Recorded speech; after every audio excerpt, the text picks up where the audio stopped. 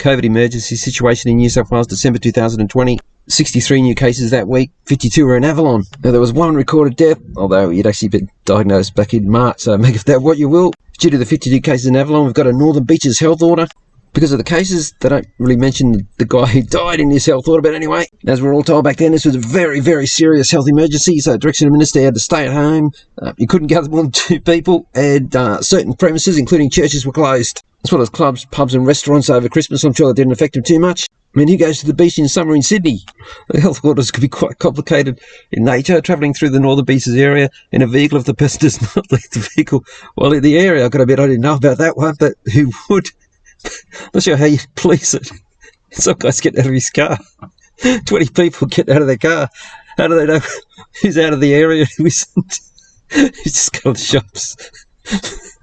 Anyway, good news is all the emergencies are all over now in all the other states, including New South Wales. This means there are no public health orders in New South Wales. Here we must be travelling well as far as COVID goes. What are the latest statistics? All right, well, we've got slightly more than 63 cases when that emergency health order that was required to, no gathering, can't go in unless you stay in your car, all that sort of stuff. There was only 63 cases.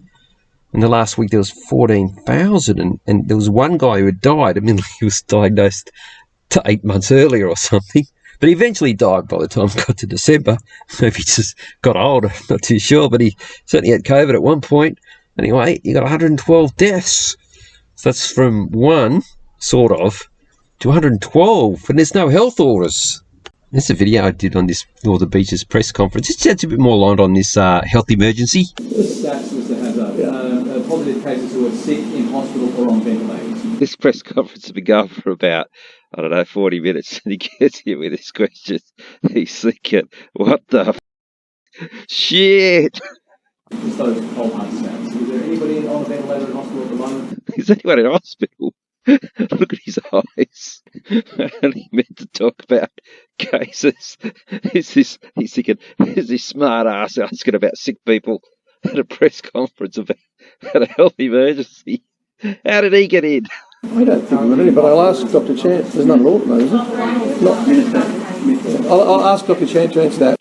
How could the health minister not know how many people were in the hospital or ICU or even sick? Hospitals that his department funds, given that the department that he's head of has already given those statistics. They already have them. They've given them to this infographics. Well, surely he would have come prepared with all of the stats before he came to this major. This was a 47-minute long press conference. How did he not know that?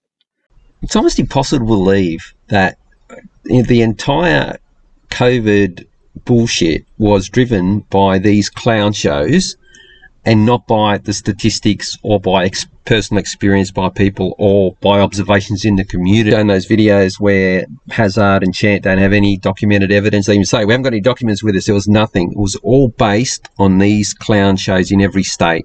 And the prime reason I'm moving to and creating the Substack journal is I want to document all of this evidence and have it published somewhere easily accessible, not just in PDF, but just go to a web page and there it all is, and you can go through the archives and find all the different reports.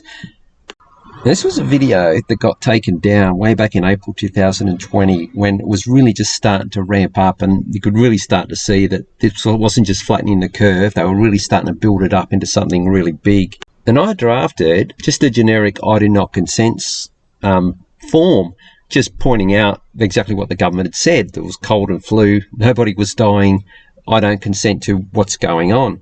And it didn't have any information that was wrong. It was only government information, but it got taken down when I had 65,000 views. Now, I've put a heap of email addresses to the government and to the media and to radio stations, and I think a lot of people were just downloading it, loading up their emails and sending it off. And Ray Hadley mentioned it on his morning show because he was getting inundated with them. What that displayed is that they do not like mass forms being sent to them of withdrawing consent, because implied consent is all they've got. And if they start to get an overwhelming amount of people, and this is only administrative and civil law, that's all this is. It's not to do with crimes, you're not trying to get away with stuff. All you're trying to do is just look at the evidence, present it back to them and say, listen, you haven't made your case, I'm not going along. And they don't like it. And it's outside of the courts. but it's a real effective way, as well as protesting in the streets, that certainly can get some attention, although the camera crews never turn up. But if you've got a documented forms that you've said, I do not consent, and you bring that, if they try and, well, they've withdrawn all the fines, haven't they? In New South Wales, I'm pretty sure they're all over now because, as I said, there's been no evidence. Anyway, just as one avenue of attack from our side, see, what's the pattern is, they come out with something ridiculous, always takes us by surprise. A lot of it you can't see coming. And then we're always playing catch up. No, I don't want this. I don't. So they've always got the lead. And it's like they're sort of leading us around a dog park and we're just trying to follow them and keep up. Whereas we've got the experience now and we've seen what they can do and we can predict what they're going to do. And even if it's only a contingency that they might do it, in fact, it might prevent them from going ahead, we start to put in roadblocks. So we're in front of them. Rather than us just them taking the lead, we predict where they're going to be, possibly, and just put up roadblocks. I do not consent to... Now, one of them is certainly going to be, I do not consent to any medicines being bought by the government on public funds on my behalf, because that's how they got that whole... I mentioned in my last video. They just bought it all, and then that opened the door for corporations to jab you. If they don't have those medicines, the corporations can't. That's impossible for them to mandate it.